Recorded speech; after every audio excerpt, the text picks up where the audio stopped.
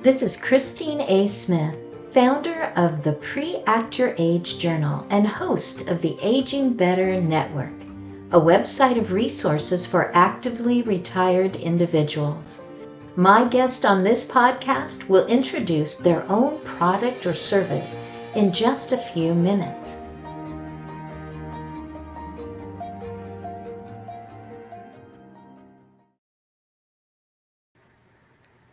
Jennifer, hello, blessing. Hello, Christine. Thank you so much for having me on the show.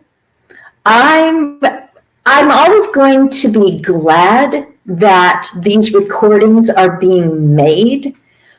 But before we started, you were saying things, and I was like, "Oh, I hope she says that. Oh, I hope she brings that up," because I keep thinking about, our audience and the people that are just going, "Okay, this is kind of all a new concept," or, "I didn't go to Getting Old training camp," boy, I feel like I've been through pretty much everything with, my parents or my grandparents. I feel like I've pretty much covered everything, and then something comes in and helps them go, "Now that's something I hadn't thought of before. Thank you very much." So this is going to be great. I can't wait to hear everything you're going to say. Would you start out by just telling me what you've done right for someone who is being challenged by their own aging? So what I can say there is I got to, fortunately, unfortunately, it's a double-sided sword, see my grandmother age. I knew my grandmother when she was in a position to live in a 3-story walk-up in Queens, New York. And she would go grocery shopping, and she didn't drive, and she walked with her shopping cart miles to go to the supermarket and back, in between when my mom or I couldn't get there to take her shopping. And I saw how vigorous she was, how full of life and everything, and doing that and having to carry it up the 3 flights of steps. I mean, it was always fun when we were trying to do it, just pulling it up the steps, and she had it nailed down to a science. And then fast forward a couple of years and seeing her with the walker and the oxygen and all of that. And so seeing how life just totally changed because of a fall, and how it starts changing, and how you realize the fragility of certain kinds of situations that we move into. And so one of the things that seeing that and seeing how all of this progressed, and how knowing where having the right people as an aid to assist my grandmother was so important. Some aides were great. Some aides, let's put it this way, weren't the greatest. And depending on the person's personality, they can sometimes be rather problematic with those people that are there to help them. And I think it's sometimes a feeling like I'm not ready to give up my independence, and having this person here is directly fighting me with independence. And sometimes it's just they're not ready to admit to themselves that they are that old. I mean, women especially, and not all women, but women especially, are so bad about admitting our own age. I mean, hey, I'm still 29, right? How many times have we said that? My kids are like, "No, Ema, you're not 29 anymore." And a different friend of mine was mentioning to me, she said, "You're really 20 something, or 20, 30 something, 20, 40 something. Just add whatever that number is, or, 20 times 3, depending where you are. Just this way you never get out of your 20s. And it's an easy way just to keep adding a couple more years over here and there. But as it relates, though, to looking at figuring out the done right and looking at all of those different pieces, I think it's really just trying to see, well, what can you really do about trying to figure out where you're going? I mean, making sure you're seeing the doctor, making sure you're taking care of yourself. We were talking just before about the importance of drinking. You got to make sure that you're actually going to be drinking. And so let's take a quick sip. Yes, yes. And remember that as we do get older, it's really important because our bodies are changing and we go through so many differences in what we do. And sometimes we forget the really basic things. My grandmother was terrible with drinking. And there was one time that my mom and I had to go into Queens and try and pick her up off the floor because she literally fell because she was so dehydrated. Right. And we were trying to pick her up, and the three of us were having the craziest time. I mean, we were laughing like crazy because my grandmother's kitchen was like this tiny, and the three of us were in there trying to pick her up, and we get her like 2 inches, and then she'd fall again. We ended up calling the ambulance, and they came, and 1, 2, 3, they got her up, and off to the hospital she went and got her IVs and everything. But it was just that kind of situation. And so we need to remember to take care of ourselves. And I'm not a nutritionist, I'm not a wellness advisor or anything, but it's just something that we look at as humans that we really need to see where the value really is. And so I would challenge all of you who are listening, who are watching, go get a drink now. Pause this. Yes. Right? Pause the video, go get a drink, and really do what you need to do that's going to help you. Because the more that you're going to be in a better position, you're going to be better for everyone around you and for the long term. It's not just today, right? We're talking Pre-Act Your Age or Aging Better Network. We want to continue aging well into our 90s and beyond. The more that you can take care of yourself, you might be in a position to actually delay some of those crippling or even stop it. And again, I'm not a doctor. I don't even play one on TV. But in terms of what you're doing, you really want to think, what can you do that's going to make a lot of sense? In my business, I tell people all the time, stress and disease are one of the things that really are going to hurt you in your business. And so doing something right for your aging self, take care of yourself. You're talking about your grandmother and knowing her as vigorous and clever and capable.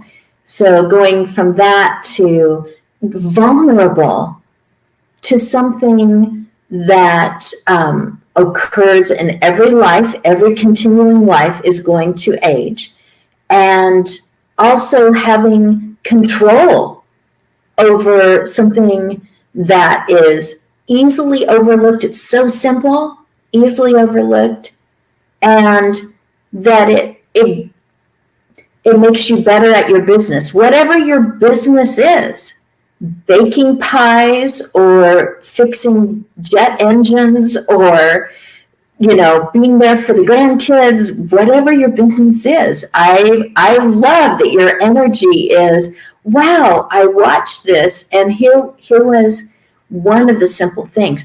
So either in this situation or in another one, how did you feel?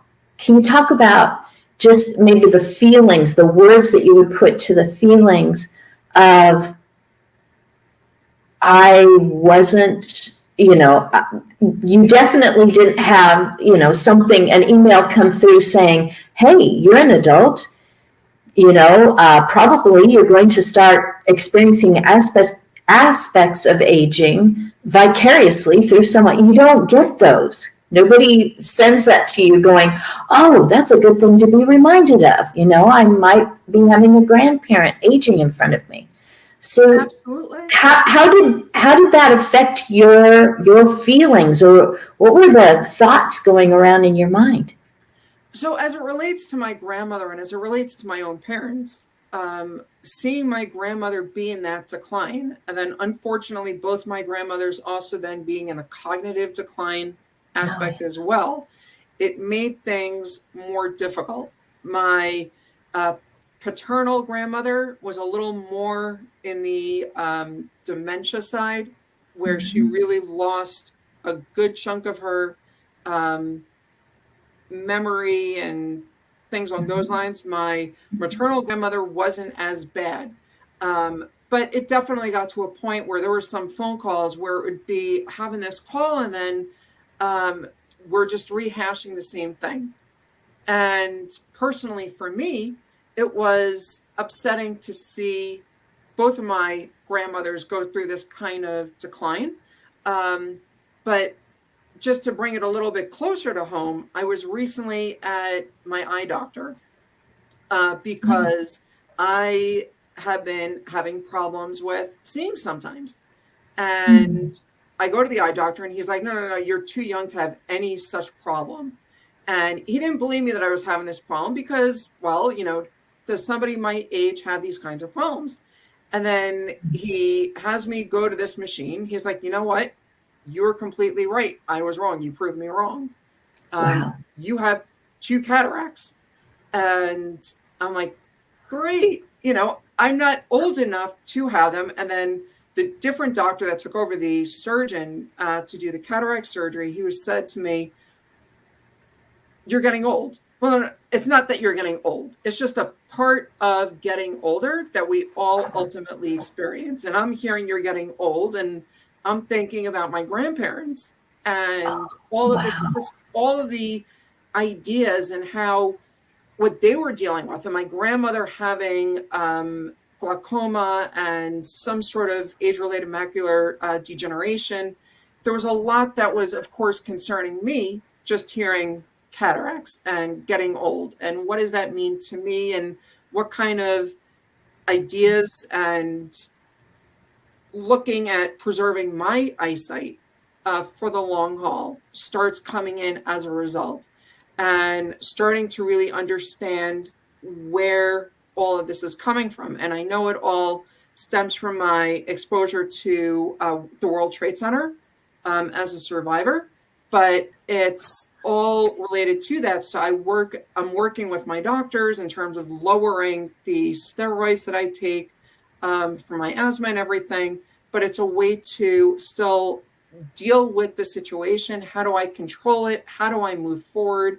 And if I can get any of your listeners and anyone that is here because I told you to check this out, talk to your doctor. Just get a complete checkup. Women especially, we are terrible because we take care of everybody else. We take care of ourselves last. So if I can just make the recommendation, talk to your doctor, and of course get the regular checkups, the mammogram, the pap smears, and all of that stuff, but also the other things that we don't necessarily think about. The more that you can, again, like I said before about drinking, the more that you can be taking care of yourself, you're going to be pre-acting your age for down the line, and how you are going to be in a much better position tomorrow, next week, next month, next year, 10 years down the line, because you took the steps today. Even that word, old, it's usually in with words like, you're not old enough for this to be happening to you, or you're really too old to be doing something like that. Maybe we said it to our kids, you're really too old to be still, carrying whatever under your arm as your, you need to grow up. And then the other end, it's like, dig in your heels. No, I don't want to get old. What is it about that word? How old are you? People go, no, don't ask that. Ask them how young they are, because young is good. New Absolutely. is good. Yes. Old? Why? And yet here we are all making sure we continue living. One thing I would add to that is it's even as old as the Bible. When Pharaoh asked Jacob how old he was, and he answered in the number of days. That his days are this, his days are many, but his years are few. And it's really, if you think about how powerful of a way to understand that, Wow. it kind of changes the way that you can think about age and the word old. Remember, your days are many, your years are young. He had so much life experience, wisdom. He understood maybe empathy, maybe he had good advice, but I'm not old. I'm not done. I'm not checking out. I have much to contribute continuously. Oh my goodness, I'm afraid to open the door to have you ask me a question, but I'm also so intrigued. What question about aging in general would you like to ask me? I guess the biggest question of aging in general is in terms of getting into a mindset that aging is not a death sentence, but it's part of life. It is part of how we get from here to here to here to here. They say with age comes wisdom. It doesn't come wrinkles. It doesn't come dentures and all those other things. So as it relates to just having the mindset, as we really continue moving through life and aging, how do we keep that mindset of being positive about aging when all of society, including the magazines and everything we see on TV, especially to women, unfortunately, but how do we keep the mindset positive about the process of aging? How do we keep the mindset positive about aging, which is something we're all aiming for, but are we preparing for when we hit the mark? I did it. I got there. All righty. More liquid. Before I even try to tackle that, and it is so worth tackling for every human being. Let's hydrate again and take a break.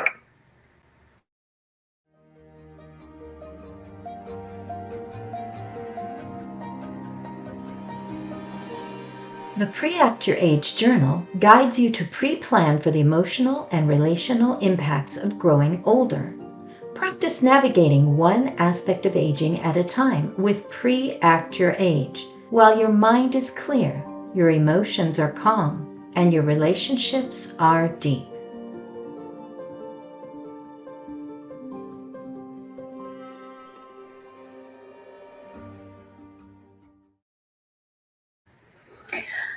I probably should have still been holding my mug. It says brave. That is part of the reason why I always make sure in each of these that I give the other person a chance to put me in a spot for which I'm unprepared. We didn't talk about this ahead of time, and you didn't send me a message.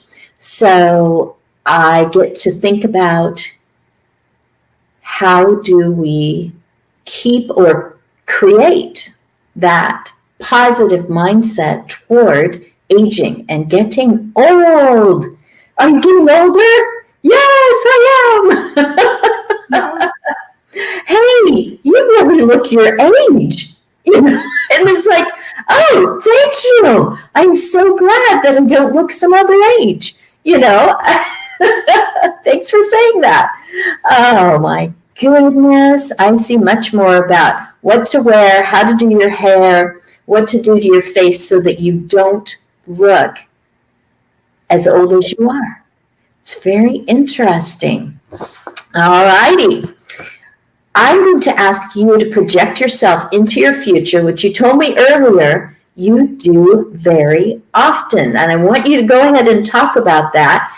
You can give me a number between 1 and 20, and I'm giving you a scenario, and I'm just dropping you into it to say, you've hit this situation. Who do you designate?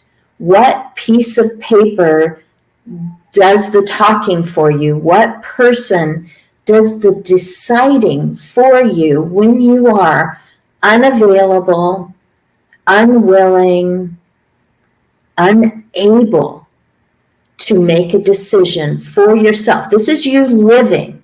This is not end of life. I've been told to make sure that I remind anyone listening, this is not talking about making funeral plans or what to do if your body is starting to shut down. But as you continue living, you have possibly decades ahead of you. Who decides what to do about this scenario? So you said that projecting yourself into the future is something that you do regularly.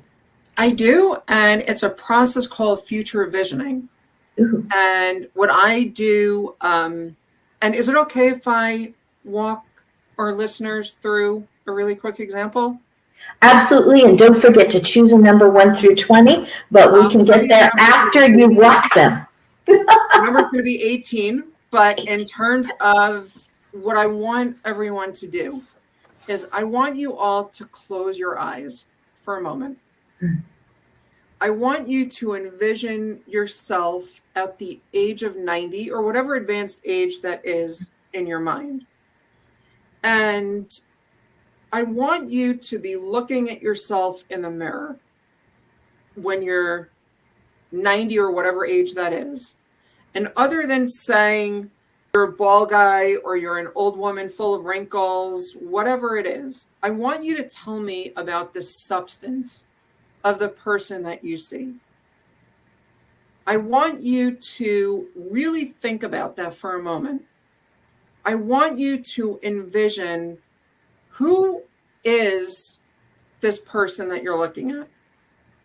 What is this person's legacy that this person has done? What are your communal involvements? In other words, what's your philanthropy like? Your community life? Are you still active with your church, your synagogue, your mosque, whatever community center you're involved with? What's your family like? What is your biggest accomplishment that you have done? What are some of the things that people are going to know you for? And the reason that this is so important is because as you continue to create these images in your mind, you're creating neural synapses that take you to that point in the future. The subconscious mind cannot tell the difference between what it sees and reality. And so if you start envisioning and regularly you go through this, then eventually your mind is going to naturally pivot. If you start going left, your brain is going to pivot you back right in order to make sure that you stay on that path, because you have to reach that point. You cannot be anywhere else because the subconscious mind already is living there at that point in life. For me, what that looks like at 90, I'm a 2-term former US president. I'm still very much involved with my family. I am on the speaker circuit. I am very philanthropic. I am still able to walk and chew gum at the same time. All of those different things, it allows me to really be focused on where I really want to go. And I start with all of my clients in this kind of an idea. because the more that you really see where you are and where you're going, you have a better path forward from where you were just driving by the seat of your pants before. You can start planning to the future.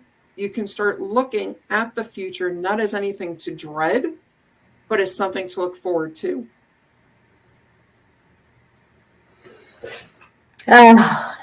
I think of it as, well, from two different aspects, two different perspectives. One being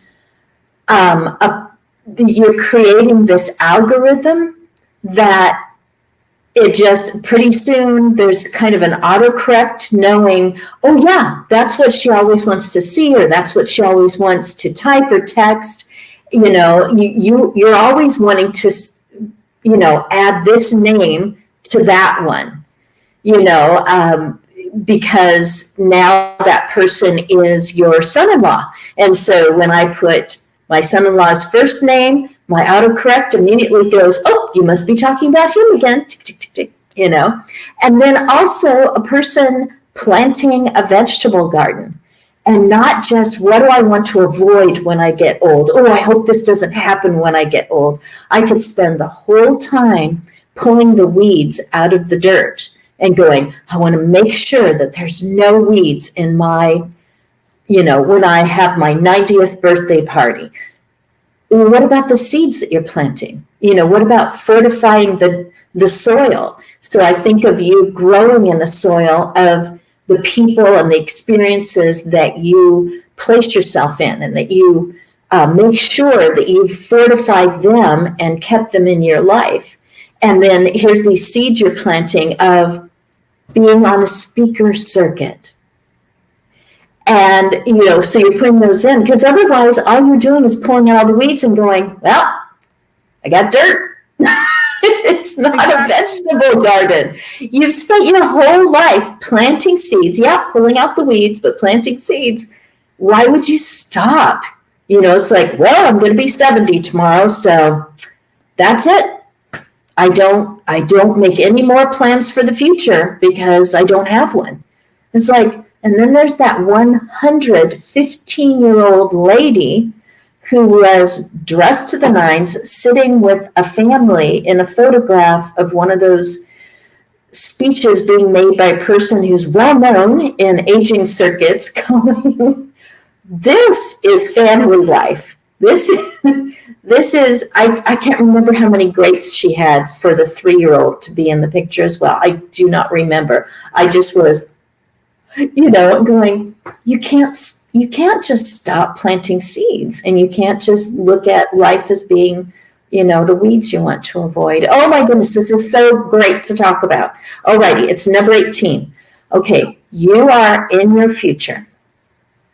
Those around you are unable to agree upon a financial decision that actually involves all of you.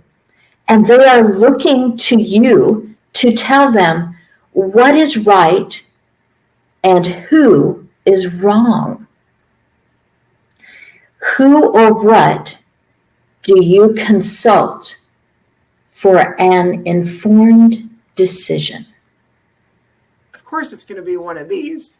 Let's see. So the first thing that I would certainly do, and in my business, one of the things that I keep saying to anyone that I speak with is you need to at least have, if you don't have a formal board of advisors, you have to have at least an informal advisory board. One of those people should be a financial advisor, because you don't want to be in a situation where you have some of these problems come up and you don't know to who to turn, and have to then first be shopping to find somebody that can give you the right advice. And so what I would be doing is I would first be consulting with that person that has been with me for all of these years.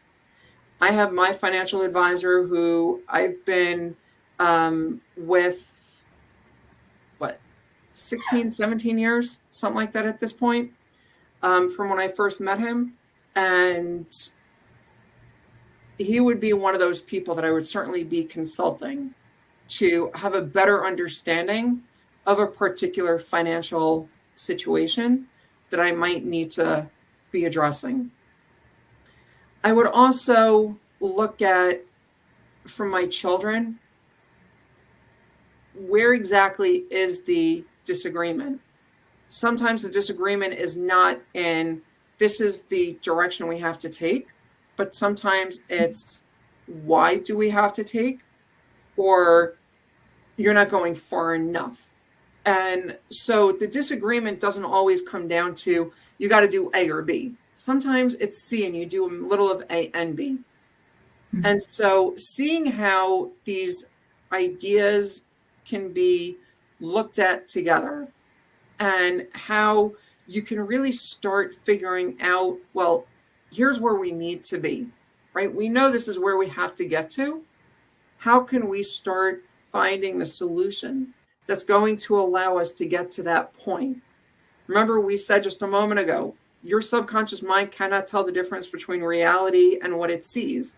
So if you know where you're supposed to be ending up, the brain is going to allow you to be making some more clear decisions in terms of ultimately where you have to go. And sometimes the answer isn't wrong. It's a learning experience.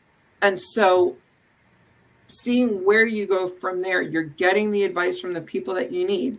You're getting the input from the stakeholders around you. And the stakeholders are your spouse, your children, your extended family, whoever may be involved. And if maybe there's business partners or other people in your business that need to be involved in a particular conversation as well. But having the input at least allows people's voices to be heard and to know that their input is being taken under consideration. Very often you get into fights not because you didn't side with them, it's because you didn't listen to them, you didn't ask them. And so if you want to avoid getting into those situations, have a conversation. You're approaching your financial advisor before there are financial crises. You are sharing with your kids or your son-in-laws, daughter-in-laws, etc., your core values as it pertains to your finances, your business, your philanthropy ahead of time. In that moment, you're not able to make a decision for whatever reason, but as you continue to live, they will know, this is what it boils down to for her. Mm-hmm. And the financial advisor will go, this has always been the go-to in this situation.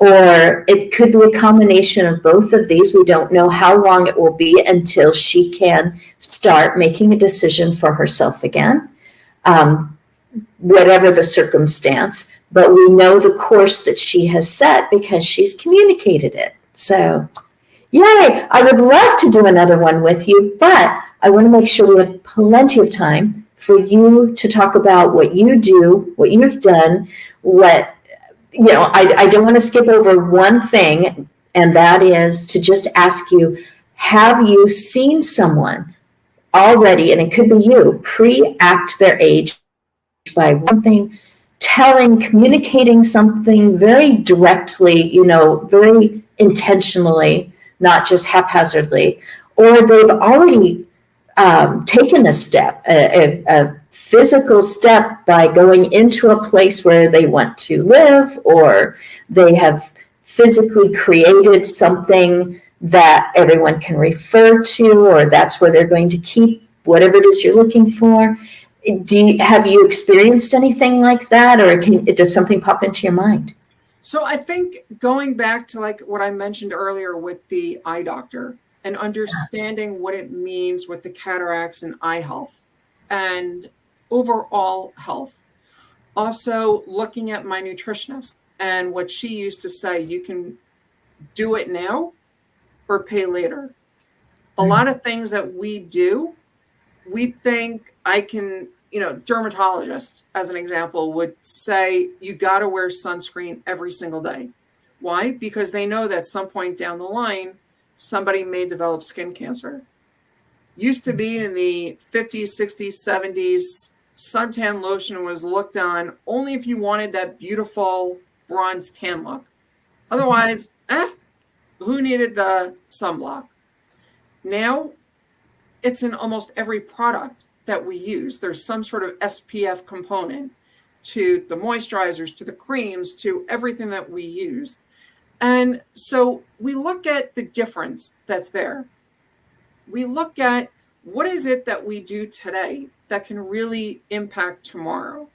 Do we want to end up sitting and wasting hours of our time at the doctor's office tomorrow or in 30, 40 years because we ate too much sugar? We didn't take care of our bodies. We allowed too much stress. And disease, after all, is unease, right? The body is not at ease. That is where disease is. So we need to look at what is it that we can do to stop being in that situation where we're not looking at necessarily, well, there has to be something concrete, but it is pre-acting our age. We're taking a definitive step today to live a better tomorrow. So the more that we can do where we can be watching the foods that we eat, getting the right exercise, getting the right sleep, drinking the right amount of liquid, limiting how much alcohol and all that other stuff that we might be doing. That's not to say that you can't, right? I mean, I am the last person to say you can't do anything. Just don't do it in a crazy amount, right? Yeah. One of the things personally I will share with you is that from college until a few years after college, I lost over 100 pounds. I took it off using my own combination of what I knew I needed to do and one of the diet programs. But I didn't just look at it as a diet because you can't live on a diet. It has to be lifestyle. And so understanding what that means, it means, all right, if I want that piece of cheesecake, I can take 1 or 2 bites, satisfy that craving, and then I don't need any more of that cheesecake. And so I learned what that meant for me. That's not going to work for everyone, but it is finding though what works for you and how you approach what you're trying to do and approach what it is that you're trying to get to. That's going to allow you then to have that lifestyle, to have that intention of where you want to be and pre-act your age by doing that. Dis-ease, disease. Looking at it as your body not at ease and keeping your body in constant stress, trying to fight against all these different things. It's going to break it down a lot sooner. You'll be thinking the same thing. I'm not old enough to be having all these problems. It's like, well, you used up your body. So you asked me about mindset toward aging and becoming older, personally becoming older, not just what do you think about old? And as I was writing the Pre-Act Your Age prompts, the journal, I realized that a person who decides, yep, I want to take care of this one part of my body, we've been talking about health, one part of my future, because I've already been taking care of all these other, retirement plan type things. And that they could open that up with just starting the simple first mindset of, if I know about this, then I'm already ahead of the game. Or whatever metaphor could come into their mind that would be like, yes, that's the way I am as a core value human being. That when I open this up, I'm not looking at old in the face and going, I knew this was going to be depressing and slam it shut. but instead to look and say, I'm preparing for how things are going to go right. I'm communicating with someone about a subject that now I know a little bit more about, just like we do about health things or about, hey, you can get a better deal on that if you shop with a coupon or, whatever it is, it's like as I bring this into my own mind and think about myself, which I'm already really good at, and invite someone else in just a little bit on something that's I've usually either avoided or I've kept it very private. That begins the next step of the mindset of I'm going to make sure that what I do today is like you were talking about, is this is my great opportunity. This is something I'm good at. I've got this part that I'm directing and I'm excited about, rather than, oh, I'm sticking to a diet and it's ruining my life, or I'm learning about aging and it's just not fun, and you're living proof of that. From your 20s until now, you've had this lifestyle, and that's what I'm introducing, is a lifestyle of looking toward aging from the standpoint of emotional and relational, because I feel like a lot of those other categories are really well covered by experts. So thank you for asking me that question. I'm going to take another sip. Jennifer R. Glass. Our audience deserves to know who they've been listening to, because they're wondering, how did she know all this? And what does she mean that she's a survivor? Because you mentioned that much earlier. So whatever you want to say next, take it away. Okay, so professionally, I am a profit acceleration specialist and a business strategist, a business coach. I work with businesses, helping them figure out sales and marketing, helping them understand financials, operations, strategy, things along those lines, ultimately designed to help my clients' businesses continue to grow. One of the problems that way too many relationships end because of money issues. A lot of relationships, not just marriages, they sour because something is going on in the business. I hate seeing marriages break up. Unfortunately, mine did. I can't do anything about that, but I don't have to see many others that continue to have problems because money issues come into the mix. If you have a business, you definitely want to be talking with somebody, whether it's going to the Small Business Development Center, it's SCORE, talking with somebody like me can really be of major help to you in terms of figuring out what it is that you're trying to do, where you're trying to go. And really remember the one key thing here in business and in life, we live with blinders on. Just like the horses, when you see them being pulled down Central Park, they have blinders that they can't see the traffic so that they don't get startled.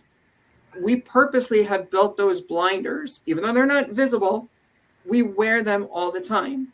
And because of that, we're so stuck in our 4 feet, if you will, or 4 walls, that we can't see the forest for the trees. We need to have a better way of seeing what it is that we're trying to do. So having that third-party objective view of what you're dealing with. Maybe it's just a really quick, hey, listen, I don't know how to do this. That can be somebody that can really be of major help to you as you're trying to figure out where you're going.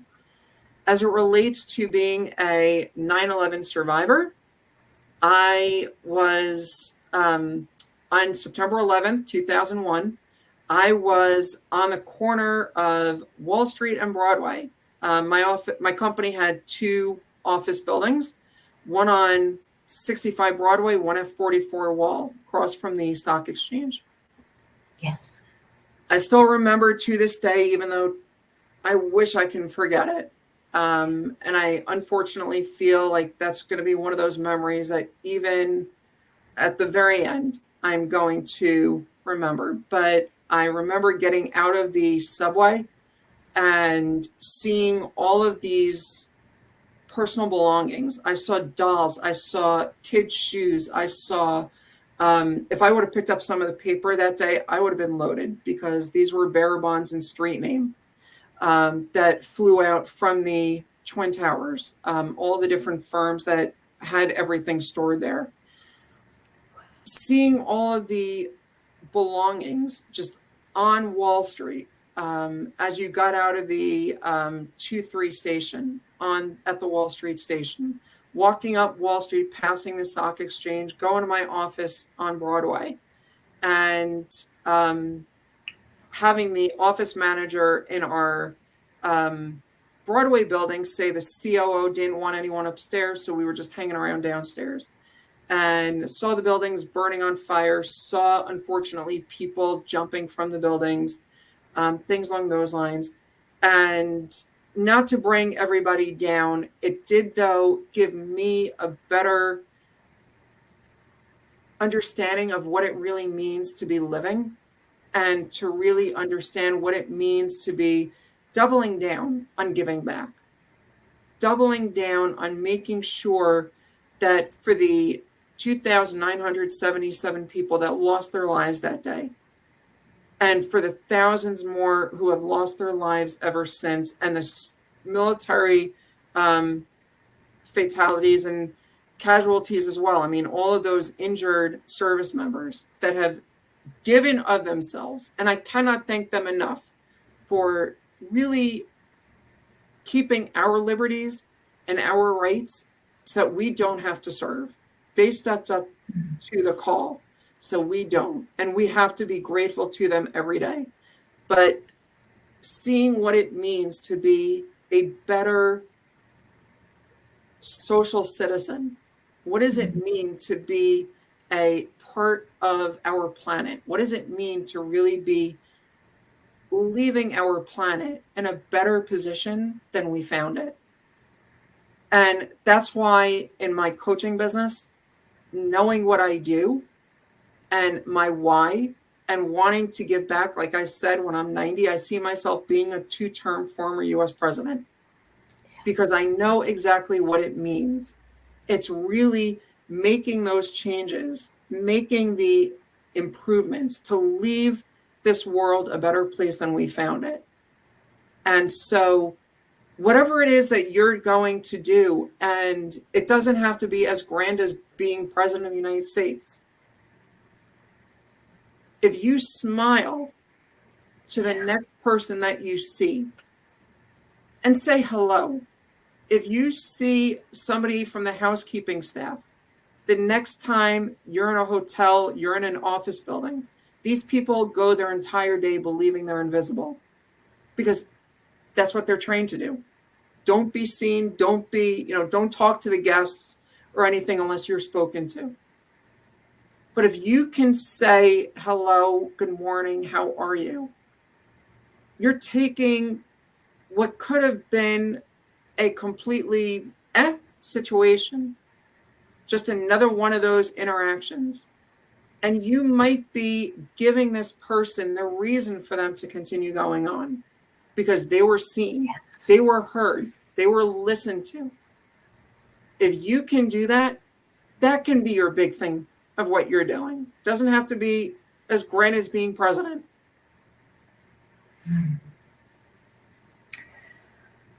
What a perfect moment to thank Luc Jean-Louis, Deep Voice Man program. He introduced us. I had to dig back and going, how did we first connect? And that's what I found.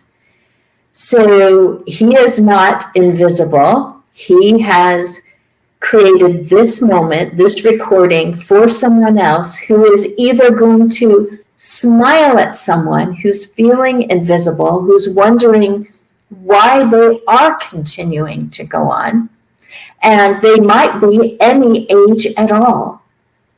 Or one of the audience members is going to watch for that smile. Oh my goodness, the stories that come into my mind right now from what you're saying, for opportunities for people who have talked about that moment that made the difference. And thank you so much. I am so sorry that you had to be a witness of an absolute travesty, and I am grateful that you described it the way that you did. Had no idea that this was going to be part of our conversation today. So I don't have a great way to wrap this all up except to say, to express to you my gratitude for putting aside this time and for putting yourself out there the way that you did. Thank you so much, Jennifer.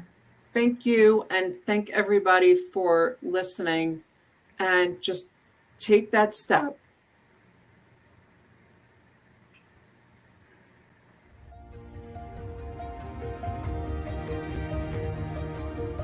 Please visit my guest.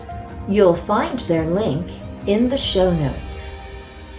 I'm glad you listened in on our conversation as we both navigated one aspect of aging at a time on this Pre-Act Your Age podcast.